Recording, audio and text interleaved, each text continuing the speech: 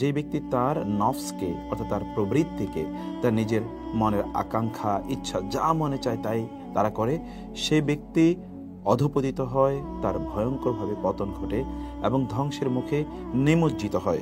মহান আল্লাহ সুবহানাহু ওয়া তাআলা বলেছেন, ওয়া আম্মা মান খাফা মাকামা রাব্বিহি ওয়া নাহান নাফসা আনিল হাওয়া ফাইনাল জান্নাতা হিয়াল মাওয়া।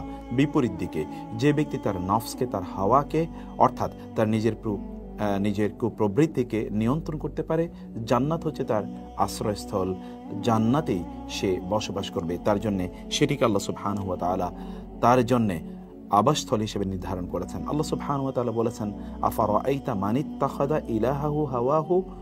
আপনি কি তার দিকে তাকিয়েছেন, তাকে দেখেছেন, তার বিষয়টি চিন্তা করেছেন যে তার নফসকে তার প্রভু অথবা তার ইলাহ বানিয়ে নিয়েছে। অনেকেই কিন্তু তাদের নফসের উপাসনা করে থাকেন, কিন্তু তিনি জানেন না যে তার নফসের উপাসনা তিনি কিভাবে করেন।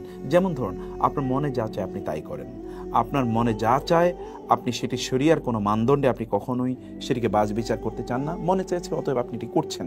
অনেকে তো এটাও বলে থাকে, আমি যা মনে চাই আমি তাই করি।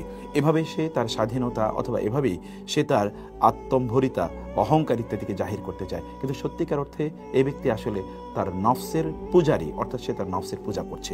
এই নফসের পূজা থেকে বা নফসের কুমন্ত্রণা থেকে আপনি কিভাবে নিজকে রক্ষা করবেন, নফসকে কিভাবে নিয়ন্ত্রণ করবেন, সেই কয়েকটি বিষয় কোরআন এবং সুন্নাহর আলোকে আপনাদের সামনে উপস্থাপন করতে চাই ইনশাআল্লাহ। প্রথমত হচ্ছে, নফসকে যদি আপনি নিয়ন্ত্রণ করতে চান তাহলে আপনাকে ফজরের সালাত জামাতের সাথে আদায় করতে হবে। সুবহানাল্লাহ, রাসূলুল্লাহ সাল্লাল্লাহু আলাইহি ওয়াসাল্লাম বলেছেন, যে ব্যক্তি ফজরের সালাত জামাতে আদায় করে সেই ব্যক্তি আল্লাহ সুবহানাহু ওয়া তাআলার জিম্মাদারিতে সারাদিন থাকে। আল্লাহ সুবহানাহু ওয়া তাআলার জিম্মাদারিতে কেউ যদি থাকে তাহলে কি তার নফস কখনোই তাকে কুপথে বা বিপথে তাকে অনুপ্রাণিত করতে পারবে? ইন্নান নাফসা লাআম্মারাতুম বিসুই ইল্লা মান রাহিমা রাব্বি। আমার রব যার উপর রহম করেছে সে ছাড়া প্রত্যেকেই কিন্তু তার নফসের এই নফসে আম্মার অর্থাৎ তার নফস তাকে খারাপ কাজে উদ্বুদ্ধ করে থাকে। অতএব নফসকে যদি আপনি নিয়ন্ত্রণ করতে চান তাহলে আপনি ফজরে আপনি সালাতটিকে জামাতের সাথে আদায় করুন, ফজর পরে ঘুমাবেন না, এবং সম্ভব হলে আপনি প্রয়োজনে দুপুরে একটু কায়লুলা করে নেবেন। রাসূলুল্লাহ সাল্লাল্লাহু আলাইহি ওয়াসাল্লাম বললেন, কিলু, তোমরা দুপুরে কায়লুলা করো, ফাইন্না শায়তানা লা ইয়াকিল, কারণ শয়তান তো আসলে দুপুরে কায়লুলা করে না, শয়তান দুপুরে বিশ্রাম নেয় না। অর্থাৎ দুপুরে সামান্যতম এতটুকুই কিছুক্ষণ 2, 4, 5 মিনিট, 10 মিনিট, আধা ঘন্টা কিছুক্ষণ চোখ বন্ধ করে রাখুন। কায়লুলা একদিকে সুন্নাহ পালন হবে, অন্যদিকে আপনার নিজকে আপনি নফসকে আপনি নিয়ন্ত্রণ করতে পারবেন ইনশাআল্লাহ। 2 নম্বর বিষয় হচ্ছে যে আপনি খাবারের পরিমাণ কমিয়ে দিন। দিনে সর্বোচ্চ আপনি 3 বার অথবা তার চেয়ে একটু বেশি খান, কিন্তু খাবারই যেন আপনার একমাত্র কারণ না হয়ে দাঁড়ায় বা একমাত্র আপনি বেঁচে আছেন কেন। You live for food, you live to eat. আপনি বেঁচে আছেন কেবলমাত্র খাওয়ার জন্য, এবং কোথায় কোন ধরনের খাবার পাওয়া যায় এগুলো নিয়ে কেবলমাত্র আপনি প্রতি মুহূর্তে ব্যস্ত রয়েছেন। এটি যদি হয় তাইলে আপনি আপনার নফসকে বরং আপনি উস্কে দিচ্ছেন। এই জন্যে আরবরা বলে থাকে যে সাম্মিন কালবাকা ইয়াকুলুক, অর্থাৎ তোমার নফসকে তুমি খাবার দাও প্রচুর, তাইলে এই নফসই তোমাকে কোনো এক সময় খেয়ে ফেলবে। এবং সত্যিকার অর্থে আমরা আমাদের নফসগুলোকে খাবার দিতে দিতে এমন একটি জায়গায় নিয়ে গিয়েছি যে এগুলো মোটা তাজা হয়ে গেছে, এখন এগুলোই আমাদেরকে নিয়ন্ত্রণ করে। নফসকে নিয়ন্ত্রণ করতে হলে তাকে খাবার কম দিন। এই জন্য ওমর রাদিয়াল্লাহু তাআলা আনহু একটি বিখ্যাত কথা আছে। ওমর রাদিয়াল্লাহু তাআলা আনহু তিনি বলেছেন যে তোমাদের ইয়াকুমুল বেতুনা, তোমরা পেট পূজারীদের ব্যাপারে সাবধান থাকো, তোমাদের পেটের পূজা করা থেকে তোমরা সাবধান থাকো। কারণ তোমাদের পেট তোমাদের জন্য, যদি পেটটাকে প্রতি মুহূর্তে ভর্তি রাখো তাহলে এটি তোমাদেরকে সালাত থেকে অলস করে দেবে, তোমাদের শরীরকে এটি ক্ষতিগ্রস্ত করে দেবে এবং তোমাদেরকে মুআদ্দিয়াতুন ইলা সাকাম, অর্থাৎ বিভিন্ন ধরনের রোগ তোমাদের মধ্যে তৈরি করে দেবে। ওয়ালাইকুম বিল কসদি ফি কুতিকুম, এবং তিনি বললেন তোমাদের খাদ্য গ্রহণের ক্ষেত্রে তোমরা মধ্যম পন্থা অবলম্বন করো। সেজন্য আপনারা কেবলমাত্র খাবারের জন্যই বেঁচে থাকবেন না, এটির জন্য আপনার একমাত্র উদ্দেশ্য না হয় we eat to live, we don't live to eat. আমরা কেবলমাত্র বাঁচার জন্য খাই, আমরা খাবারের জন্য বাঁচি না। এই জন্যে হাদিসে এসে রাসূলুল্লাহ সাল্লাল্লাহু আলাইহি ওয়াসাল্লাম বলেছেন, আমরা এমন একটা সম্প্রদায়, আমরা যতক্ষণ পর্যন্ত ক্ষুধা না লাগে ততক্ষণ খাই না, আর যখন খাই তখন একেবারে পেট পূর্ণ করে আমরা খাই না। এটি উম্মাহ মুসলিমের একটি বৈশিষ্ট্য, অতএব এটিকে আপনারা করার চেষ্টা করবেন। তৃতীয় যে বিষয়টি হচ্ছে, ততটুকু হচ্ছে যে প্রতিবেলা যখন যতটুকু খাবার আপনি গ্রহণ করবেন ততটুকুকে আপনি আপনার জন্য যথেষ্ট মনে করবেন এবং সম্ভব হলে একটুকু কম খাবেন। অর্থাৎ আপনি কেবলমাত্র পেট ভর্তি করে যখনই খাচ্ছেন তখনই একেবারে পেট ভর্তি করে খাচ্ছেন। আপনি হয়তো বা 2 বার 3 বার বা 4 বার এরকমই খাচ্ছেন আপনি, কিন্তু যখনই খাচ্ছেন তখন একেবারে পেট ভর্তি করে নাকের ডগা পূর্ণ করা পর্যন্ত আপনি খাবেন, এটি কখনো করবেন না। রাসূলুল্লাহ সাল্লাল্লাহু আলাইহি ওয়াসাল্লাম তিনি কি বলেছেন? তিনি বলেছেন যে সবচেয়ে নিকৃষ্ট মা মালাআ ইবনু আদামা ওয়াআন শাররা মিন বাতনি, একজন বনি আদম সবচেয়ে নিকৃষ্ট যে পাত্রটি পূর্ণ করে সেটি হচ্ছে তার পেট। অতএব পেটটাকে 3 ভাগ করার জন্য তিনি বলেছেন, 1 ভাগ আপনি খাদ্য দিয়ে পূর্ণ করা, অন্য ভাগ পানি দিয়ে পূর্ণ করা, এবং তৃতীয় ভাগটি আপনি যেন অক্সিজেনের জন্য নিঃশ্বাস প্রশ্বাস এবং ডাইজেশনের জন্য সেটিকে যেন আপনি আলাদা করে রাখেন বলে রাসূলুল্লাহ সাল্লাল্লাহু আলাইহি ওয়াসাল্লাম বলেছেন। অতএব খাবারের সময় একটু কম খাওয়া, এবং বিশ্বাস করুন সালফে সালিন তারা বলতেন যাদের উপরের অংশ অর্থাৎ পেট যাদের পূর্ণ তাদের মাথা কিন্তু খালি থাকে, এবং যাদের পেট অপূর্ণ থাকে তাদের মাথা অর্থাৎ তাদের উপরের অংশ এটি জ্ঞান দ্বারা পূর্ণ থাকে। অতএব জ্ঞান দ্বারা পূর্ণ করতে হলে আপনাকে নিশ্চয়ই পেটটাকে কিছুটা হলেও খালি রাখতে হবে, অন্যথায় আপনি সেই পরিমাণ জ্ঞান অর্জন করতে পারবেন না। পঞ্চম যে বিষয়টি আপনাকে করতে হবে তাহলে যে সকাল সন্ধ্যা জিকির আজকার করুন, প্রোডাক্টিভিটি। সুবহানাল্লাহ, আপনি যদি প্রচন্ড প্রোডাক্টিভ হতে চান তাহলে মহান রব যিনি আপনার মধ্যে প্রোডাক্টিভিটি তৈরি করে দেবেন তাকে স্মরণ করুন, জিকির আজকার করুন। সকালে জিকির কি, সন্ধ্যার জিকির কি? আপনি যদি বলেন আসবাহানা ওয়া আসবাহাল মুলকু লিল্লাহ, আমসাইনা ওয়া আমসাল মুলকু লিল্লাহ, আপনি যদি আল্লাহ সুবহানাহু ওয়া তাআলার কাছে আপনি সুপর্দ করেন আপনার নিজকে, তাইলে আপনি দেখবেন যে ইনশাআল্লাহ আপনার গোটা দিন এবং গোটা রাত ইনশাআল্লাহ আপনার জন্য প্রোডাক্টিভ হবে। অতএব সকাল এবং সন্ধ্যার যে জিকিরগুলো আছে সেই জিকিরগুলো মনোযোগ দিয়ে সেই জিকিরগুলো পড়তে থাকুন। আসবাহানা ওয়া আসবাহাল মুলকু লিল্লাহ, এরকম আরো অনেক জিকির আছে যেগুলো আপনি দেখতে পাবেন যে কোরআন এবং সুন্নাহ এই জিকিরগুলো আছে, সেগুলো আপনারা পড়বেন ইনশাআল্লাহ।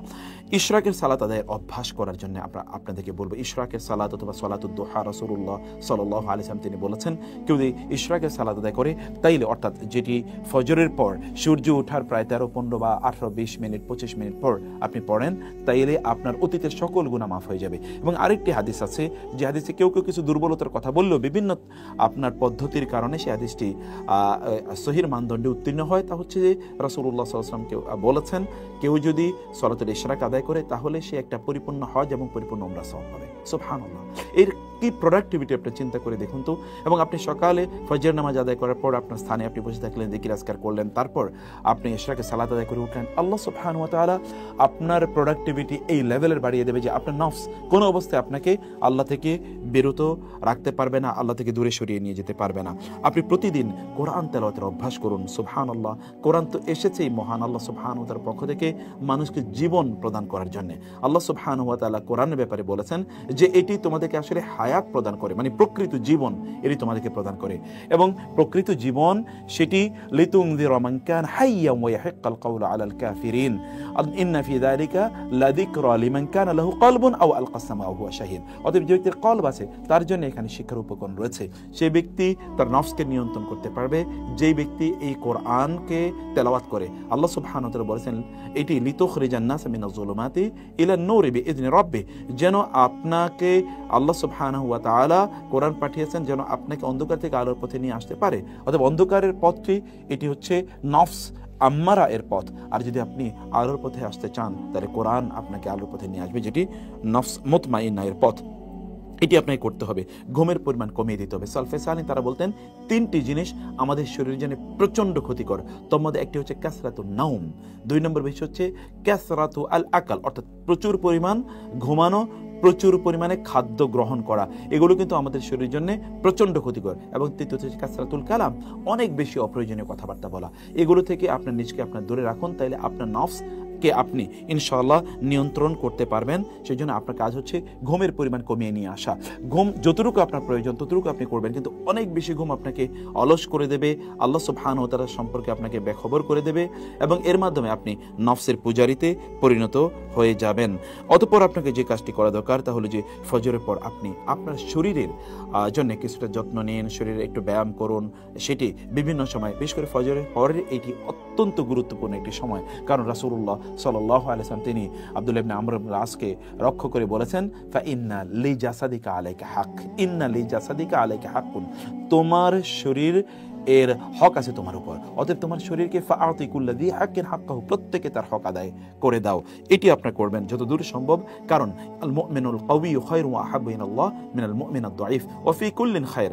রাসূলুল্লাহ সাল্লাল্লাহু আলাইহি ওয়াসাল্লাম বলেন, শারীরিকভাবে একজন শক্তিশালী এক ঈমানদার শারীরিকভাবে দুর্বল ঈমানদারের চেয়ে আল্লাহর কাছে অনেক অনেক বেশি প্রিয় এবং অনেক বেশি কল্যাণকর, যদি উভয়ের মধ্যে কল্যাণ রয়েছে। অতএব ওয়ালা তা'জাজ ওয়াস্তাঈন বিল্লাহি ওয়ালা তা'জাজ, আল্লাহর কাছে চাও, আল্লাহর কাছে ধর্ণা ধরো, তুমি অক্ষম হইও না। শরীরে তোমার অবস্থা যাই হোক না কেন, শরীরকে সুন্দর রাখার জন্য, নিয়ন্ত্রণে রাখার জন্য আপনাকে কসরত করা দরকার। এতে আপনি যখন শারীরিকভাবে সক্ষম থাকবেন তখন শয়তান বা নফস আপনাকে ধোঁকা দিতে পারবে না। দৃষ্টিকে অবনত রাখুন। সুবহানাল্লাহ, চোখের মাধ্যমে কিন্তু শয়তান আমাদের অন্তরে ঢুকে যায় এবং আমাদেরকে ধোঁকা দিতে থাকে। এই জন্য আল্লাহ সুবহানাহু ওয়া তাআলা আমাদেরকে নির্দেশ প্রদান করেছেন, কুল্লিল মুমিনিনা ইয়াগুদ্দু মিন আবসারিহিম ওয়া ইয়াহফাযু ফুরুজাহুম। আপনার চক্ষুকে যদি আপনি নিয়ন্ত্রণ করতে পারেন তাহলে আপনার লজ্জাস্থানকে আপনি নিয়ন্ত্রণ করতে পারবেন, ইজ্জত আবরুকে নিয়ন্ত্রণ করতে পারবেন এবং এর মাধ্যমে শয়তান আপনার মধ্যে ঢুকবে না, আপনার নফস আপনাকে ধোঁকায় ফেলবে না। রাসূলুল্লাহ সাল্লাল্লাহু আলাইহি ওয়াসাল্লাম বলেছেন, এর নজর, এটা হচ্ছে সাহমুম মিন সিহামি ইবলিস আল মাসমুম, ইবলিসের বিষ মাখানো তীরের একটি তীর হলো আমাদের দৃষ্টি, এবং এর মাধ্যমে কিন্তু আমাদের অন্তর বিষাক্ত হয়ে যায়। দৃষ্টিকে নিয়ন্ত্রণ করুন। সোশ্যাল মিডিয়াতে খারাপ জিনিস দেখা, ইউটিউবে খারাপ জিনিস দেখা, টেলিভিশনে খারাপ জিনিস দেখা, অথবা পত্রপত্রিকায় দেখা, বিভিন্ন ধরনের ম্যাগাজিন ইত্যাদির মধ্যে দেখা, অথবা ধরুন বইপত্রের মধ্যে দেখা। আর এছাড়া তো রাস্তায় নামলে তা তো দেখা যায়, আপনার কলিগ আছে চারিদিকে, আপনি তার সাথে চুটিয়ে আড্ডা দিয়ে বেড়ালেন, এর মধ্যে কিন্তু আপনি নফসের গোলামে বা কৃতদাসী নিজকে পরিণত করলেন। নফসকে নিয়ন্ত্রণ করতে হলে আল্লাহ সুবহানাহু ওয়া তাআলা বলেছেন, যালিকা আসকালাহুম, আসকালাহুম, এটি তোমাদের জন্য অতি অধিকতর পবিত্রতর, তোমাদের তাকে পবিত্র করবে। কারণ আত্মাকে পবিত্র করলেই একজন ব্যক্তি কেবলমাত্র একজন ব্যক্তি সফল হতে পারে। সেটি আপনাকে করতে হবে এবং সোশ্যাল মিডিয়া থেকে আপনার নিজকে সময় বাঁচিয়ে আপনাকে অন্যদিকে আল্লাহর ইবাদতে, কোরআন তেলাওয়াতে এবং তাসবিহ তাহলিলে, অন্য জায়গায় আপনাকে আরো প্রোডাক্টিভ জায়গায় আপনাকে সময় ব্যয় করতে হবে। যদি আপনি এখান থেকে সময় কার্টেল করে আপনি ভালো কাজে ব্যয় করতে পারেন তাহলে আপনার নফস আপনাকে আর ধোঁকায় ফেলতে পারবেন এবং আপনি নফসের পূজারীতে পরিণত হবেন না। প্রতিদিন কোরআনের কিছু অংশ হিফজ করুন, যতটুকু হোক না কেন, এক আয়াত করে হোক। এভরিডে যদি আপনি এক আয়াত করে পড়ুন তাহলে আপনি দেখবেন যে বছর শেষে আপনি সূরা বাকারা এবং আলে ইমরানের মতো বিশাল সূরা আপনার মুখস্থ হয়ে গেছে। অতএব প্রতিদিন একটি করে আয়াত পড়ুন, বারবার পড়ুন, হাঁটতে পড়ুন, যখন গাড়িতে থাকবেন তখন পড়ুন, অফিসে যখন একটু সময় পাবেন, আপনি যখন একটু বিশ্রাম নেবেন, ঘুমাতে যাবেন, ঘুমের থেকে উঠে বিভিন্ন সময় আপনি আপনার ফ্রি টাইমগুলোতে কোরআন মুখস্থ করুন। চিন্তা করে দেখুন, কিয়ামতের দিন এই কোরআন আপনাকে সুপারিশ করে জান্নাতে নিয়ে যাবে। আর এই কোরআন আপনার মধ্যে প্রোডাক্টিভিটি তৈরি করার জন্য এসে, এই জন্য কোরআন যে ব্যক্তি হিফজ করতে পারে প্রচন্ড প্রোডাক্টিভ হয়, নফসের পূজারিতে তারা হতেই পারে না। কারণ কোরআন তো আপনাকে প্রোটেকশন দেওয়ার জন্য এসছে, কোরআন আপনাকে এসেছে আপনাকে হেদায়েতের, ইন্না হাদাল কোরআন ইয়াহদি লিল্লাতি হিয়া আকওয়াম, কোরআন তো আপনাকে সবচেয়ে সর্বোত্তম পথ দেখানোর জন্য এসছে। কোরআনের সাথে লেগে থাকুন, কোরআন হিফজ করার চেষ্টা করুন ইনশাআল্লাহ, এবং প্রতিদিন টার্গেট করুন যে আপনি কতটুকু হিফজ করবেন। কমপক্ষে একটি করে আয়াত হিফজ করুন। বিশেষ করে আপনি রাতের বেলা যখন ঘুমাতে যাবেন তখন আপনি পবিত্র হয়ে পবিত্র অবস্থায় ঘুমাতে যাবেন। রাতের বেলা ঘুমাতে যাওয়ার আগে আপনার যে সুন্নাহ কাজগুলো আছে সেগুলো আপনি বেশি বেশি করুন। সেটি কি তা করবেন আপনি রাসূলুল্লাহ সাল্লাল্লাহু আলাইহি ওয়াসাল্লাম যেমনটি বলেছেন, কেউ যদি রাতে ঘুমাতে যাওয়ার আগে তিনি যদি কোরআন তেলাওয়াত করেন তাইলে তিনি লাম ইউকতাব মিনাল গাফিলিন, তাহলে সে গাফেলদের অন্তর্ভুক্ত হবে না। অতএব রাতে ঘুমানোর আগে পবিত্র হন, পবিত্র বিছানায় ঘুমাতে যান। তার আগে সম্ভব হলে 100 আয়াত অথবা কমপক্ষে 10টি আয়াত কোরআনের আয়াত মুখস্থ তেলাওয়াত করুন অথবা দেখে দেখে তেলাওয়াত করুন। অতঃপর আপনি শুয়ে সেখানে যে তাসবিহ তাহলিলগুলো আছে, যেমন ধরুন কুল হুয়াল্লাহু আহাদ, কুল আউযু বিল ফালাক, কুল আউযু বিন নাস এবং আয়াতুল কুরসি, এবং সেখানে আপনি সুবহানাল্লাহ, আলহামদুলিল্লাহ, আল্লাহু আকবার, এই যে তাসবিহগুলো আছে, যে তাসবিহ পড়ে আমাদেরকে ঘুমাতে হয়, এবং আপনি ঘুমাতে বিছানায় যাওয়ার যে দোয়াগুলো আছে সেই দোয়াগুলো আপনি পড়েই তারপরে ঘুমাতে যাবেন। তাইলে ইনশাআল্লাহ সূরাতুল বাকারার শেষের দুটো আয়াত আছে, সেই দুটো আয়াত পড়বেন। তাইলে ইনশাআল্লাহ আপনাকে নফসের যে কুমন্ত্রণা আছে এগুলো থেকে ইনশাআল্লাহ এই কোরআনই আপনাকে প্রোটেকশন প্রদান করবে। আল্লাহ সুবহানাহু ওয়া তাআলা আপনাকে প্রোটেকশন প্রদান করবেন ইনশাআল্লাহ। সম্ভব হলে প্রতিদিন তাহাজ্জুদের সালাত আদায় করুন। রাসূলুল্লাহ সাল্লাল্লাহু আলাইহি ওয়াসাল্লাম বলেন, জিবরিল আমার কাছে এসেছে এবং বলেছে যে এই তাহাজ্জুদ হচ্ছে শারাফুল লিল মুমিন, মুমিনের জন্য এটি একটি মর্যাদা। এবং রাসূলুল্লাহ সাল্লাল্লাহু আলাইহি ওয়াসাল্লাম তিনি বলেছেন, তাহাজ্জুদের সালাত কোন একজন ব্যক্তি যদি আদায় করে তাহলে পরবর্তী দিনগুলোতে তার কতটা কল্যাণ হবে আপনি কোরআনের দিকে তাকালে সেটি দেখতে পাবেন। আল্লাহ সুবহানাহু ওয়া তাআলা তার রাসূলের ব্যাপারে বলেছেন, ইন্না লাকা ফিন নাহারি সাবহান তাওয়িলা, দিনের বেলা আপনার অনেক কাজ আছে, সেই জন্য রাতের বেলা কিছু সময় আপনি আল্লাহ সুবহানাহু ওয়া তাআলার সামনে দাঁড়িয়ে সালাত আদায় করুন। দিনের কাজগুলোকে আল্লাহ সুবহানাহু ওয়া তাআলা আপনার জন্য সহজ করে দেবেন এবং নফসকে নিয়ন্ত্রণ করার জন্য এটি প্রচণ্ড গুরুত্বপূর্ণ। কারণ আপনি রাতের বেলা কেউ যখন দেখছেন না, তখন আপনি আল্লাহর সামনে দাঁড়িয়ে আছেন, আপনার নফসের নিয়ন্ত্রণে থাকবে ইনশাআল্লাহ। এই জন্য তাহাজ্জুদ গুজাররা কখনোই নফসের কৃতদাসে অথবা নফসের পূজারিতে তারা কখনোই পরিণত হয়নি। এই যে 15টি টিপসের কথা আমরা বললাম, এগুলোকে আপনার প্রতিপালন করুন, লালন করুন, এগুলোকে প্র্যাকটিস করুন, ইনশাআল্লাহ নফসকে আপনি আপনার নিয়ন্ত্রণে রাখতে পারবেন। আর যে ব্যক্তি তার নফসকে নিয়ন্ত্রণে রাখতে পেরেছে তিনিই সফল কাম। মহান আল্লাহ সুবহানাহু ওয়া তাআলা আমাদের সকলকে নফসকে নিয়ন্ত্রণ রাখার তৌফিক দান করুন। হাযা ওয়া সাল্লাল্লাহু সুবহানাহু ওয়া তাআলা নবিয়ানা মুহাম্মদ ওয়া আলিহি ওয়া সাহবিহি আজমাইন। ওয়া আসসালামু আলাইকুম ওয়া রাহমাতুল্লাহি ওয়া বারাকাতুহু।